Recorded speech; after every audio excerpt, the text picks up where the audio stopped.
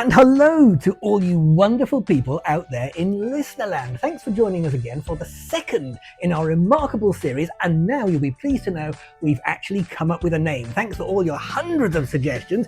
Well, 2. And we weighed them all up, put them in a hat, and we came up with the right one. And so as of now, this incredible series of podcasts is going to be known as, in fact, Mr. Mark Cameron, do you want to tell everybody what the series of podcasts is going to be called? Sure. Hi, everybody. It's going to be called A Jolly Good Natter over coffee and biscuits. Excellent. But is it decaf? I hope it's not decaf. No. No, well, okay. only sometimes. I'm glad to hear that, yes. You know, you can't have decaf if first thing in the morning. It's not really going to do anything, is it? So... That's what you mean by not doing anything. What do you expect your coffee to do? I worry about you, you know. Well, you know, it's an energizer, isn't it? Well, not the decaf one, isn't it? Well, yes, certainly, yeah. Okay, yes. So, as you know, we are trying to come to you from a different location each time. Those of you who are with us first time now will remember that we were in the beautiful environs of Crystal Palace Park, and what a lovely occasion it was. And those of you with eagle ears will have noticed that we had a little bit of trouble with the volume levels on our first go, but we fixed them now. So thanks for sticking with us. You're very welcome. So hopefully that's all sorted out. And this time, we're not coming to you from the park this time. This time we're coming to you from the place to be and to be seen. This is the Mozart bar on Annerley Hill in SE 20. No, SE 19. SE 19. I was going to say 19, and then you interrupted me. Oh, sorry. I worry about you. I do. Yes. Even though I've lived in the area, you know. Well, I'm not sure you have. Maybe that was all. I know. I think it may be a trick. Well, I think it probably was actually. Gosh. But no, you see, my worry about you is well founded. So yes. If you are anywhere near the Mozart bar in SE 19, then you must pop in, because there is every possible variety of coffee that you could possibly want, with a breathtaking array of flavored syrups to add into it. Mm-hmm. And it's all there: espresso, cappuccino, macchiato, the whole range is there. And or you'll be in the perfectly good and capable hands of the owner of this august establishment, whose name is Ken. Hello, Ken. Oh, and look, he's passed me a menu. We're expecting to buy something, are we? Oh, it's all right. Mark, you can pay the bill, can't you? Anyway, while I look at the menu, why don't you say something, Mr. Cameron? Yeah, thank you very much, Richard. Yes, Ken is a joy every time we come into Mozart. He has board games as well, so if you like to play Monopoly. When's the last time you played Monopoly there, Richard? The last time I played Monopoly wasn't here. It was in America. When I was with my family over there. I have family in America.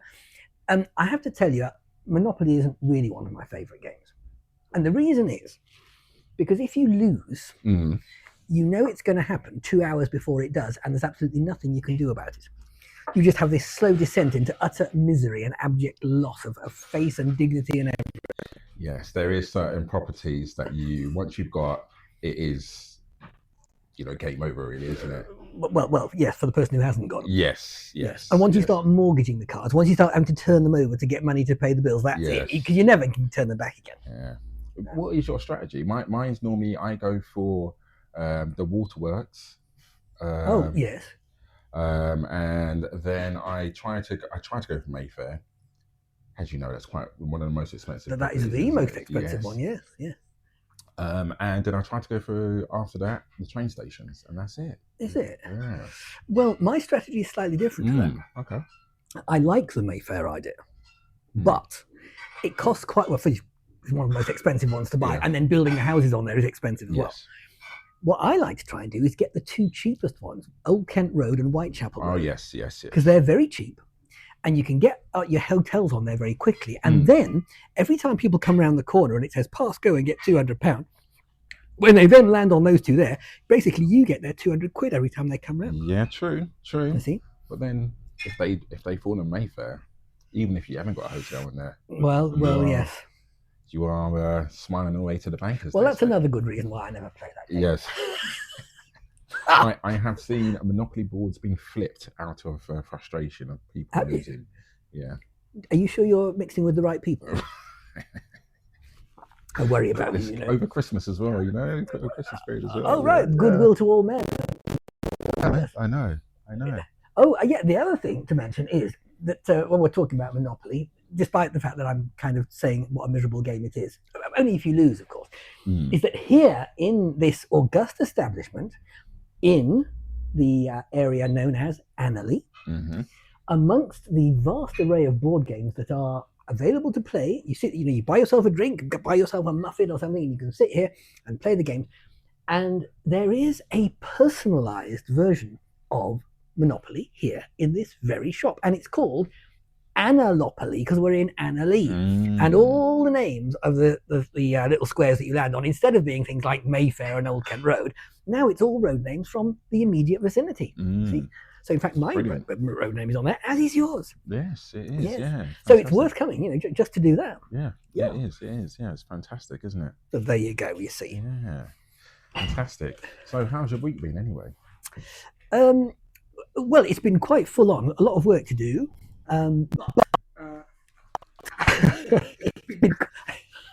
I say, well, it has been full on.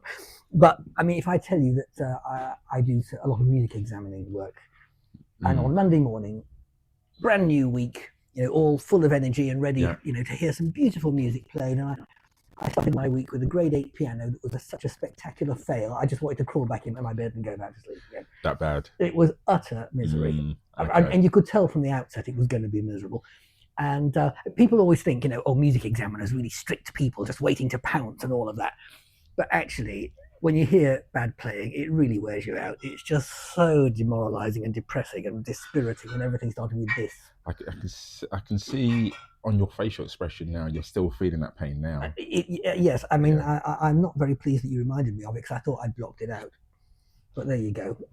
I do like to bring up, past trauma, just to kind of... I see you like rubbing people's nose in it, do you? Just to kind of see your reaction. Yeah, I'm realising that. Yes, I do. I worry about you constantly, all the time. I worry. Yes. I do. I do. Hopefully, over the next few examinations, it'll be slightly better than the one on Monday. I do hope so. Yeah. A, because it's nice to listen to music when it's played well. And B, because my job is a lot easier when they do play well. Because it's a lot easier to say, this was a fantastic performance, than it is to find a politically correct way of saying this was really terrible. Yes.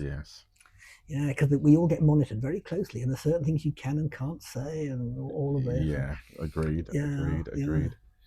And they might even complain. That they might even come back and say, that nasty examiner, he gave us the wrong result or something. And then someone has to listen to the recording and check whether it has been done right or not. And oh dear. Nerves can get you, though. Well, I mean, the fact that I kept sort of pulling a face at them and sighing very loudly and putting my head in my hands, I'm sure that had nothing to do with it at all. I can imagine. Gosh. So, and how has your week been? Yeah, it's been good. Just been, I've been sorting quite a few things out around my house, and then suddenly woke up this morning and the temperature dropped because yesterday was quite warm, and the day before that, over the weekend, was up to 18 degrees. Right. Yeah, and then suddenly I've had to wear gloves again today, which is a bit of a surprise. There's no answer to that. Yeah. You've been wearing gloves today? Yeah. Okay. Yeah. But yeah, it's been quite good. As I said, just getting a couple of things done, and then doing the podcast today, and had a nice little walk. So that's the reason why I was late for our podcast, unfortunately. So I suppose now you're getting old, you don't walk so quickly. Yes, that's it. Yeah. Yes. Well, it was a nice walk actually. It was nice. The sun had come out because it was a bit cloudy earlier this morning. Did you have to take a map or anything and a compass? I got to a point where I thought I was a bit lost, but I was okay. Yeah, that was good. Yeah, you always look lost to me. Yeah. Yeah, because where did I go? I went through Sydenham and the Westwood Hill. Do you know where that is? Oh yeah, for quite a long way then. So down there, it was a nice little walk actually. They finally fixed. I couldn't believe it. There's a traffic light that has been damaged for goodness knows probably 5 months or so, and it's just been leaning on the pavement, probably about just over 90 degrees, and you think it's going to tipple over at one point. Yes. I finally walked past it today, and they've actually repaired it. So I don't know why they took so long. Now, when you say it was leaning over at 90 degrees, Mm. you realise that meant it'd be flat on the ground. 90 degrees is like that, isn't it? Do you mean 45 degrees? 45? Was it 45? Yeah. Well, Yeah. that's the vertical, and that's 90, so 45 is about the middle. Right. You can tell I was pretty poor at maths at school. Well, I'm getting the impression. There's another reason why I worry about you. Yeah, I was more science at school anyway. Oh, were you? Yeah. I love science. Talking of science, you just reminded me of something. You know, when you open someone opens an astronomy book, for example, and it says in there, the sun is 93 million miles away from Earth. Mm-hmm. Now, as a species, we have no problem believing that. Some clever scientist has somehow worked out that's how far it is, and we go, well, fancy that, 93 million miles, who would have thought it? And we just believe it. But when you walk past a wall with freshly painted thing on there, and there's a sign that says, do not touch, it's wet paint, people feel they have to stick their finger in it just to see. Isn't that true? True. I'm surprised I've never done that. Well, I'm glad to hear it, and neither have I actually, but I've seen people do it. It says wet paint, and they go, oh, and they stick their finger in it. I'm starting to wonder, I reckon you have done it. The face of guilt is here. I'll tell you what else happened. You've done double-handed, haven't you? You've done... Well, I did do that, but that's because I was practicing for my special thing on the Hollywood Walk of Fame. Okay, yes. But no, you reminded me of when I went back in the day when I used to do a lot of teaching, and one of my guitar students came into the room one day with his finger all bandaged up. And I said, oh gosh, how are we going to do a lesson now with all that, like that? How did you do it? What have you done? And he goes, oh, well, I had this serrated knife in my kitchen, and I was running my fingertip along the serrated blade, and I just thought, I wonder if I could push a bit harder. Oh, yes, I can. Oh, I wonder if I could push a bit harder. And then suddenly the thing pierced my skin, and all the blood went everywhere, and I had to go to the hospital. How old was this student? About 15. So he was old enough to know better. Yes. Yes.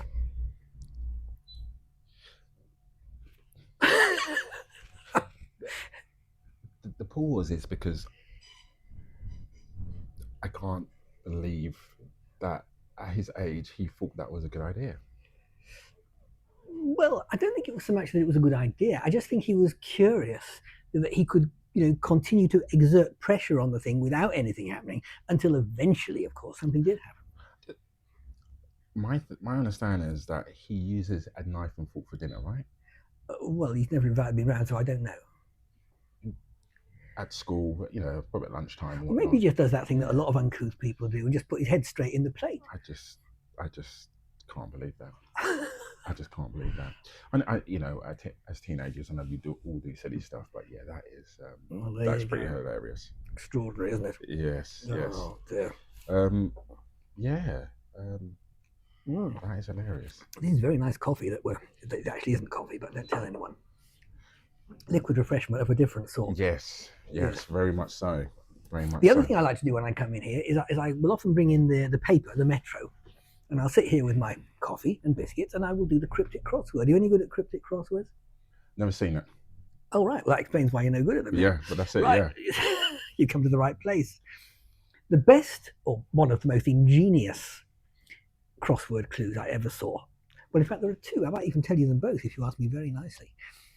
I mean, you must have, okay, if you haven't done crosswords, but you must have seen how they're laid out. I've seen them, yeah. Right, so you get the clue, and then in brackets after the clue, there's like a number that tells you how many letters there are in the answer. And sometimes it's like, it might say 3,4, if it's like 2 words in the answer. Right. So this particular occasion, where the clue should have been, there was nothing. It was just blank space. It looked like a misprint. And then after this bit of blank space, it said 2,4. So there's 2 letters followed by 4 letters, but just a bit of empty space. It looked like someone had made a mistake or not set up the printing properly or something. But actually it was quite correct. And in the end, the answer turned out to be no clue. You see, brilliant. That's quite clever, brilliant. Isn't it? That is brilliant. Yeah, I wish I'd come up with that one myself. Yeah, that is brilliant.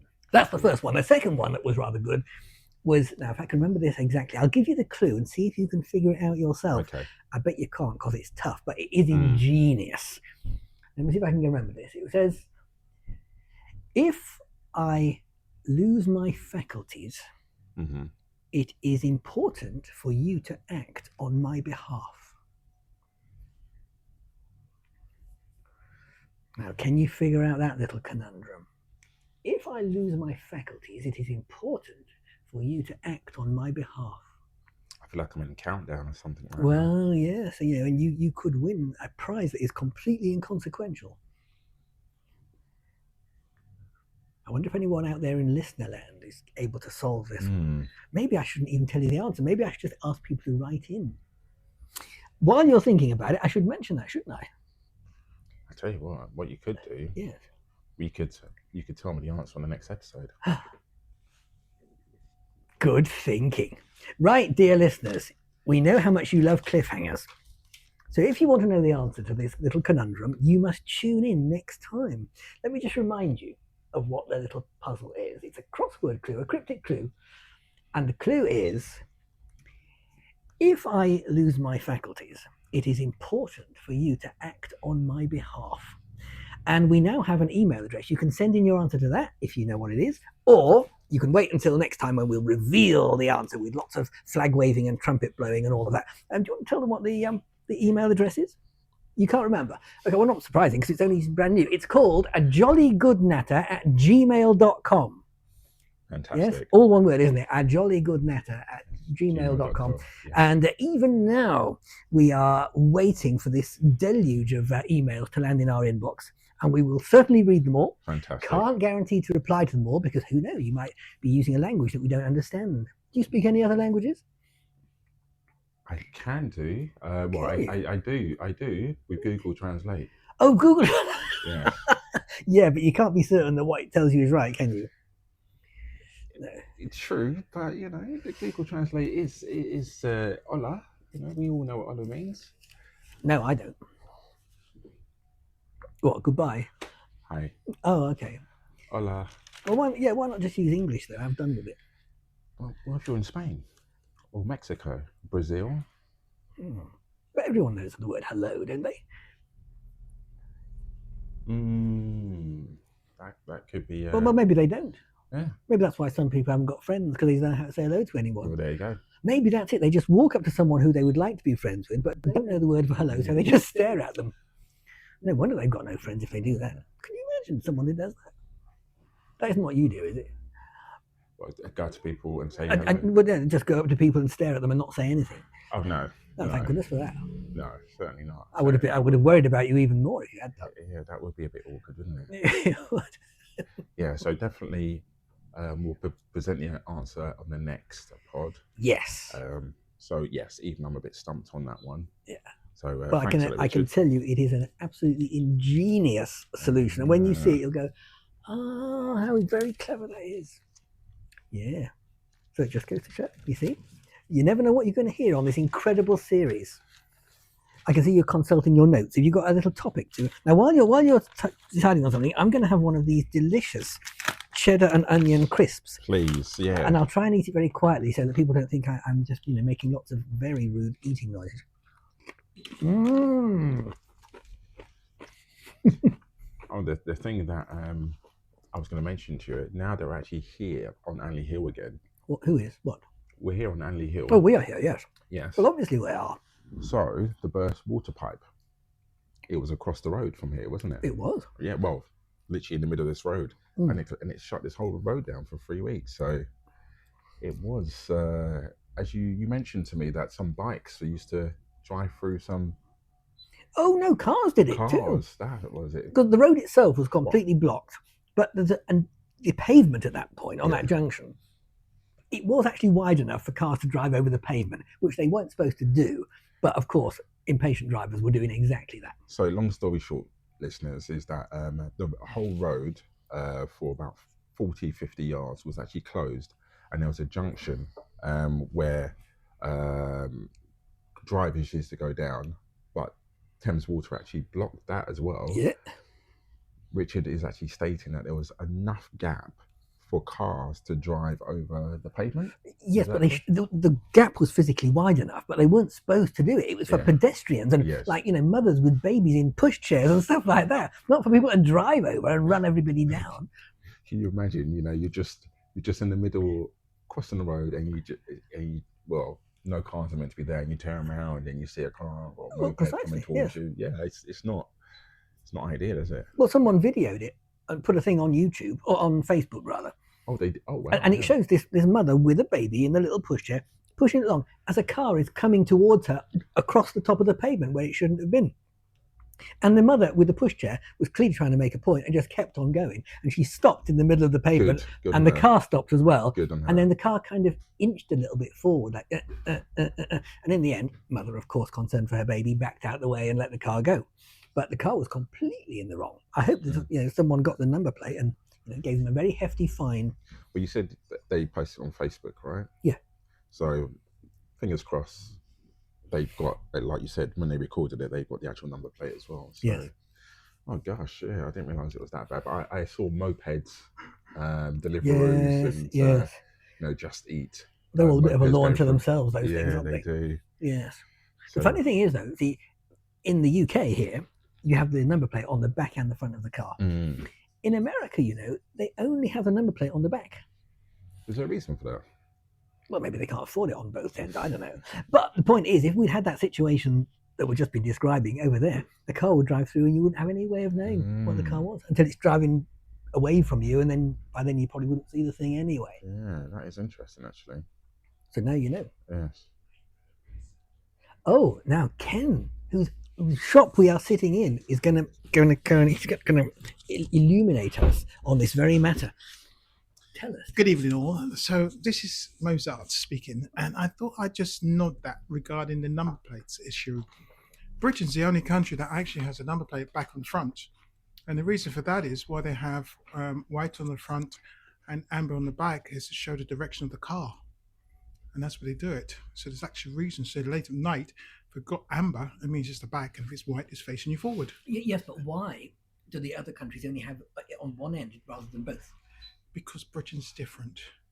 They want it to be absolute to know which direction the vehicle is traveling. Like a little bit closer, so that's why they do it. No other country has it. And I think it's great. So you're down a dark wooded road and you're driving along, you see amber, you mean that's the back of the car. Okay, that makes sense. So there you go. Yeah. That's why we have two number plates with two different colours with the same number. Well, thank you for that illuminating piece of information. But if you're driving down a darkened road or something, and you see an amber or thing, or you see a white thing, that's still not going to stop you crashing into it, is it? But you'll know the direction. Oh, okay. Yeah. so you phone up the insurance and you say, I know you're not going to pay up, but I just want to let you know I really knew which way I was going. Yes. Yeah, thank you. Well, there you go, listeners. Yeah, there you go, listeners. We have an answer to the question. Dude, well, after that, I need to have some more of this delicious stuff that ought to be coffee but isn't. Don't worry, I am over 18. I know I don't look it, but there you go. You're very kind. Thank you. Okay, time for some more crisps. Yeah, so these are the cheddar. Oh yes, these are very upmarket crisps actually. But yes, nice thick cut crisps rather than the sort of ones you tend to get in supermarkets, and a 40-gram bag. Most little bags like this are 25 grams. Oh, see, I've never taken notice of that actually. Well, that's the kind of person I am. See, I'm such a skinflint, penny pinching. So yes, so no wagon meals this week. Well, we had a strawberry wagon meal, didn't we? We did, and I did think about that. Yeah, but I thought, I didn't know whether we were allowed to bring stuff like that in here, you see. Oh, right. Now, what you can do in here is you can phone out for a pizza. You'll see the place is festooned with adverts for pizza places. You can order a pizza and they'll bring it in here, and that's fine. Well, other than that, I don't know whether we're allowed to or not. Yeah. So, do you want to tell the audience and listeners about what else is special about this place? Oh, well, other than the fact that you and I are here. Yes, apart from that, yes. Well, is there anything else? There is, because not only when you walk through the door of this incredible place, not only are you immediately being so well looked after by its owner, but he has also very kindly indulged one of my other guilty pleasures and secret passions, and that is in my other life. I write books. And in fact, a very short time ago, I surpassed the 10th anniversary of my first book being published. And since then, I've continued writing because people actually do read them incredibly. And there are now 14 books that I've done. And they are here, available in Mozart on Annerley Hill in SE19. And they're all signed copies, signed by me. Fantastic. And if you happen to come in here and actually procure one for yourself or as a present for somebody, and if we're here, as we are at this moment, making a podcast, then of course I could add to my signature and I could write your name in, and I could put, to Betty or whoever. I mean, obviously I would only put to Betty if it was for Betty. I was going to say that would be a bit random. If Well, you just well, put yes. just to Betty when it's a, I don't know, a Tom or Well, a Richie, exactly. I mean, the only thing, you're opening yourself up then, aren't you? Because you might put to Betty and someone feels they've got to go and change their name because of that. Well, gosh. Yes. What is your first book called, by the way? The first one was called The Cryptic Lines, and was set in an old Gothic mansion in the middle of nowhere. And it was a series of cryptic clues, hence the title. And basically, the people in the book had to solve all these clues to get to the end of this treasure hunt and inherit an incredible fortune. And as I discovered subsequently, when they were all recorded, because they're all audio books as well, in America, God bless them, they love stories about rambling old English mansion houses set in the middle of nowhere and read by a very English-sounding voice. Yes, they love that. Yes, and they buy it, because in America, of course, you've got to drive huge distances, and they just put these things on to pass the time while they're driving. And I'm very grateful to them as well, because it's done all right over there. Yeah. So I've never actually asked you this. What actually got you into writing books? Was it a passion that you actually had yourself, or you just had an idea and thought, it's actually a good idea, let me... to be honest, I'd always wanted to do it. Yeah. It was always in the back of my mind. And one day I thought, well, it isn't going to write itself. If you want to do it, just sit down and get on with it. Yeah. So I did. But I haven't been to writing school or anything. I just sat down and started.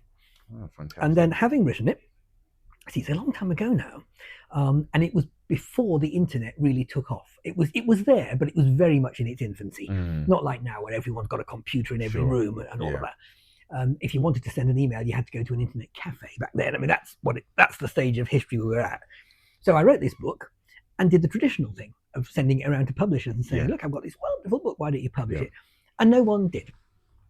Fools, all of them, fools. Because no one would do it, I didn't know what to do with the thing then, and it just sat on the shelf gathering dust, and it sat there for 7 years. Wow, that's a long time. And then one day, right out of the blue, I had an email from my old school English teacher who had stumbled across my website and sent me a message and said, next time you're in the area, let's get together and have lunch and just catch up and stuff. So we did. And if it had been my chemistry teacher, I probably would never even dreamed of mentioning it. But because he was an English teacher, I said, I wrote this book actually, and but no one will publish it. And he said, have you considered ebooks? And I hadn't done. I just had this hazy notion that if anyone did publish it ever, that would all be part and parcel of that. But I looked into it and found that you could just do it. You could just write the book and upload it. Fantastic. So I did. And so it first came out as a Kindle, an e-download book. And so I then, was so excited, and I was telling everybody, but please come and buy my Kindle book. And lots of people said, well, I would buy it, but I don't like Kindle. I like the real books with real pages. That's and what all I prefer that. as well. Yeah. And I thought, well, that's never going to happen. So, stuff that. But then a little while later, I got an email that said, we noticed you've been selling quite a few Kindle copies. Do you realize we can produce it in paperback if you want? Like, oh, can you? All right, let's do it then. So I was kind of being spoon-fed through this process, because this was a completely new arena for me. So they did that.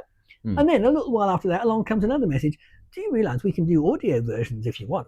Oh, can you? All right then. And so it just went step by step by step. The one thing that I've stopped, they sent me another message after that, said, we can do these in hardback as well.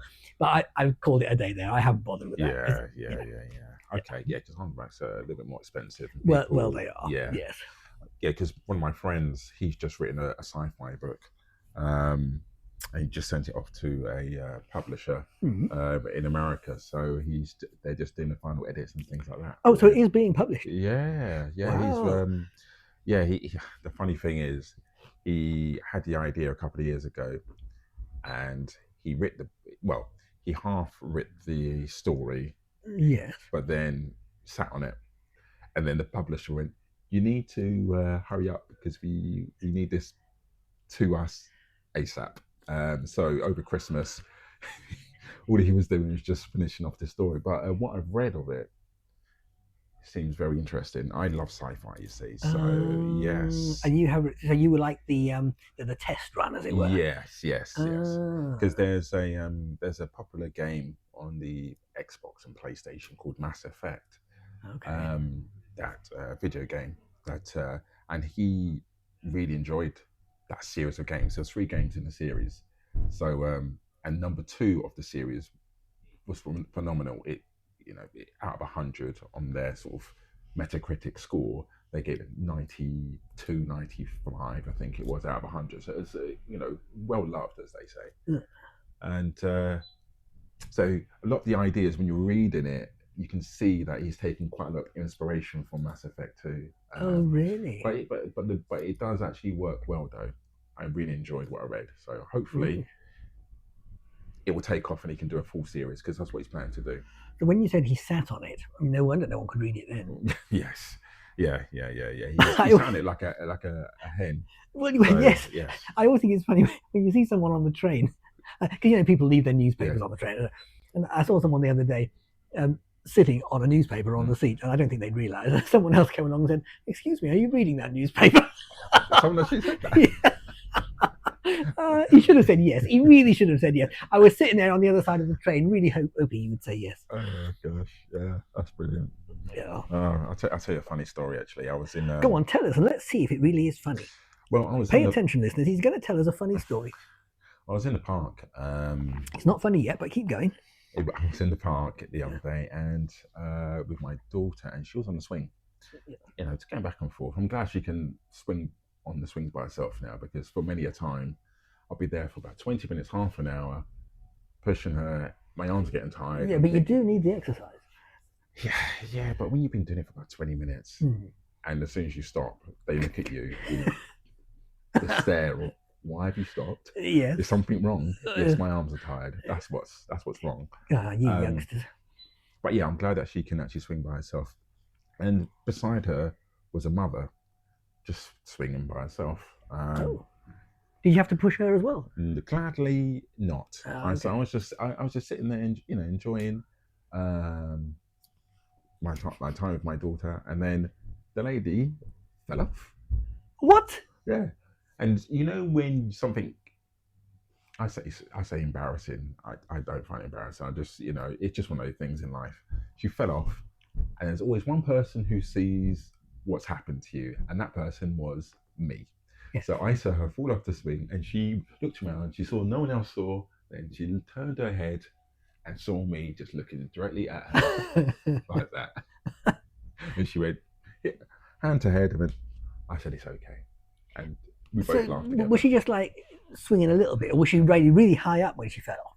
No, she wasn't very high. No. So it's just when you first start swinging, you kind of get the momentum going back and forth a little bit, and she just fell off. So, well, did she fall backwards? She fall face first. Right. Okay. Yeah. So it was quite funny. We both laughed. How old was she? She was probably mid-20s to early 30s. Okay. Yeah. Right. So. And she's gone to a kid's playground on her own.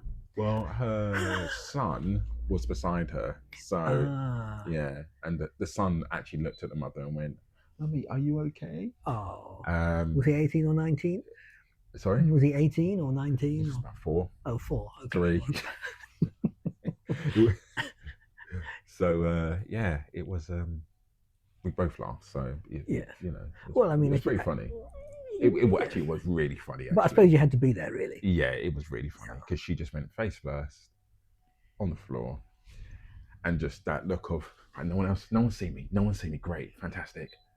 And then I'm just sitting there, arms folded.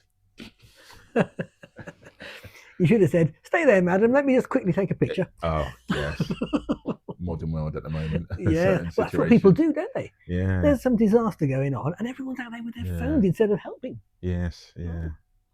Yeah, that is. When I'm Prime Minister, I'll sort all that out. But we're back to the Prime Minister again, are we? Oh, you're very kind. Thank you. I thought you wanted to not do it. You said last week. Well, no, but that's why, because I'm not doing it. That's why I can say when I'm Prime Minister, I'll sort all this out, so I can take the moral high ground without the responsibility. So you're giving the listeners false hope that you may be Prime Minister one day. Well, I'm just giving them something to, occupy their imagination. But maybe if enough of them vote for me, maybe I will do it. Would you be a mayor? No. Uh, The salary isn't good enough. yeah, you get, you get to, depends where you are, in what city or town you're in, and you get to ring a bell. I think you're talking about the town crier now. Oh, was that town crier? Yeah. See, I worry about you. No wonder you've got no money. Yeah, town crier. Yes.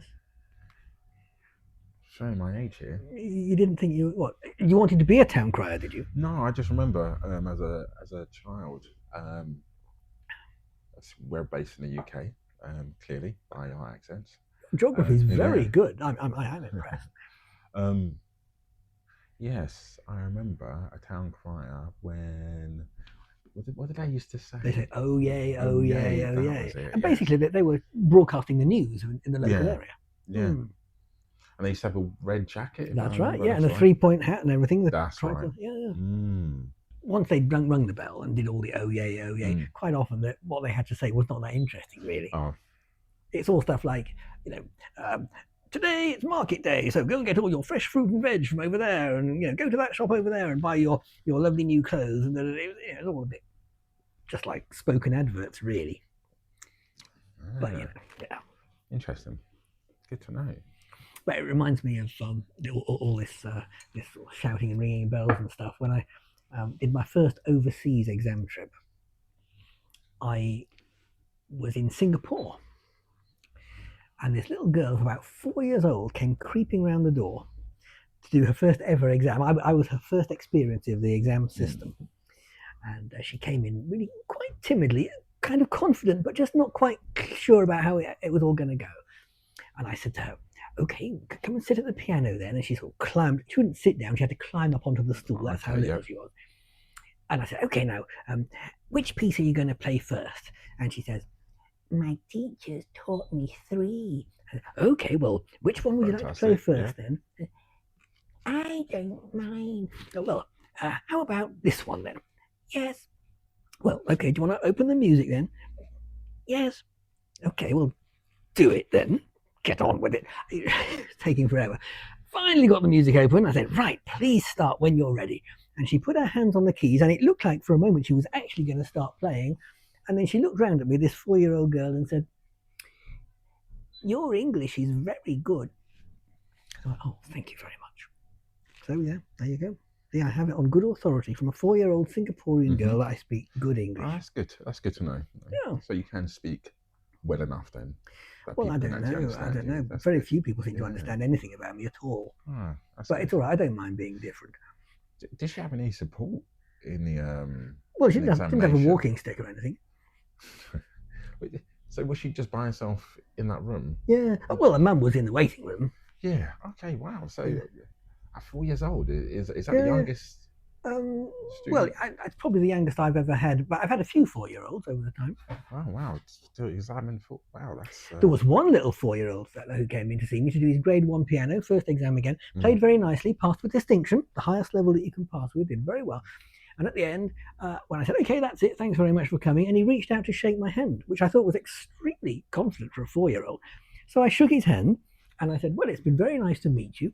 And he looked up at me with this little angelic face and said, "Thank you, madam." Wow. Okay. Would you?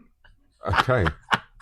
I mean, I bet you've only had female teachers in your little life. Okay. Yes. You weren't wearing high heels or anything. Oh. Right. Well, these days you can get away with anything. Oh, okay. Wow. Okay. Madam. You see, so it's important that you always address me very politely from now on. Yeah, that is fantastic. So there you go. That is fantastic. So where are we going to do our next one of these from? Maybe we should invite the listeners to write in and say, "Why don't you do an episode from such and such a place?" Yeah, that'd be a good idea. That would be a good idea. Preferably not too far to travel. We could even come and do it in your living room, dear listener, if you make it worth our while. Remember, coffee and biscuits is essential. Exactly. Yeah. Coffee and biscuits. Oh, well, coffee and biscuits are essential. Let's get the Yes. grammar right. Yes, and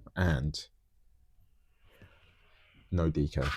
Well, depends how late the podcast's going to be. Well, that is true. Yes. Mm.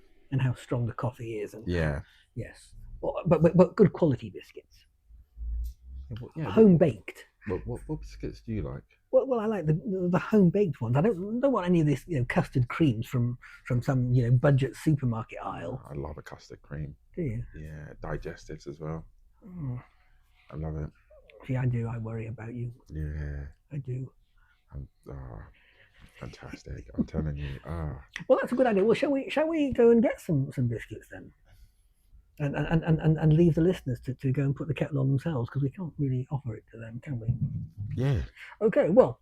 Okay. So, thank you for your company over the last however long we've been nattering away, and this is the second one of our series. Mm-hmm. In episode 3, we're going to reveal to you the solution to the cryptic crossword conundrum, and talk to you about all sorts of more exciting things. I might even read to you from one of my books if you ask me very nicely. So, I think, is it time for us to say goodbye? Yes. Go on then, Mark. Yeah, say goodbye. Yeah, thank you very much for listening to our podcast this week. We hope you've enjoyed it. And yeah, we will see you next time. And what is our quote this week? Our quote is, Yes. don't cry because it's over, smile because it happened. Okay, that's a good outlook on life, isn't it? It is. Thank you very much. You're very welcome. Right, shall we go and put the kettle on? Thank you. Okay. Thanks. Goodbye, dear listeners. Goodbye, dear listeners, one and all, and we shall look forward to the pleasure of your company again in the very next episode of A Jolly Good Natter over coffee and biscuits. Goodbye. Thank you. Goodbye. Goodbye. Goodbye. Goodbye.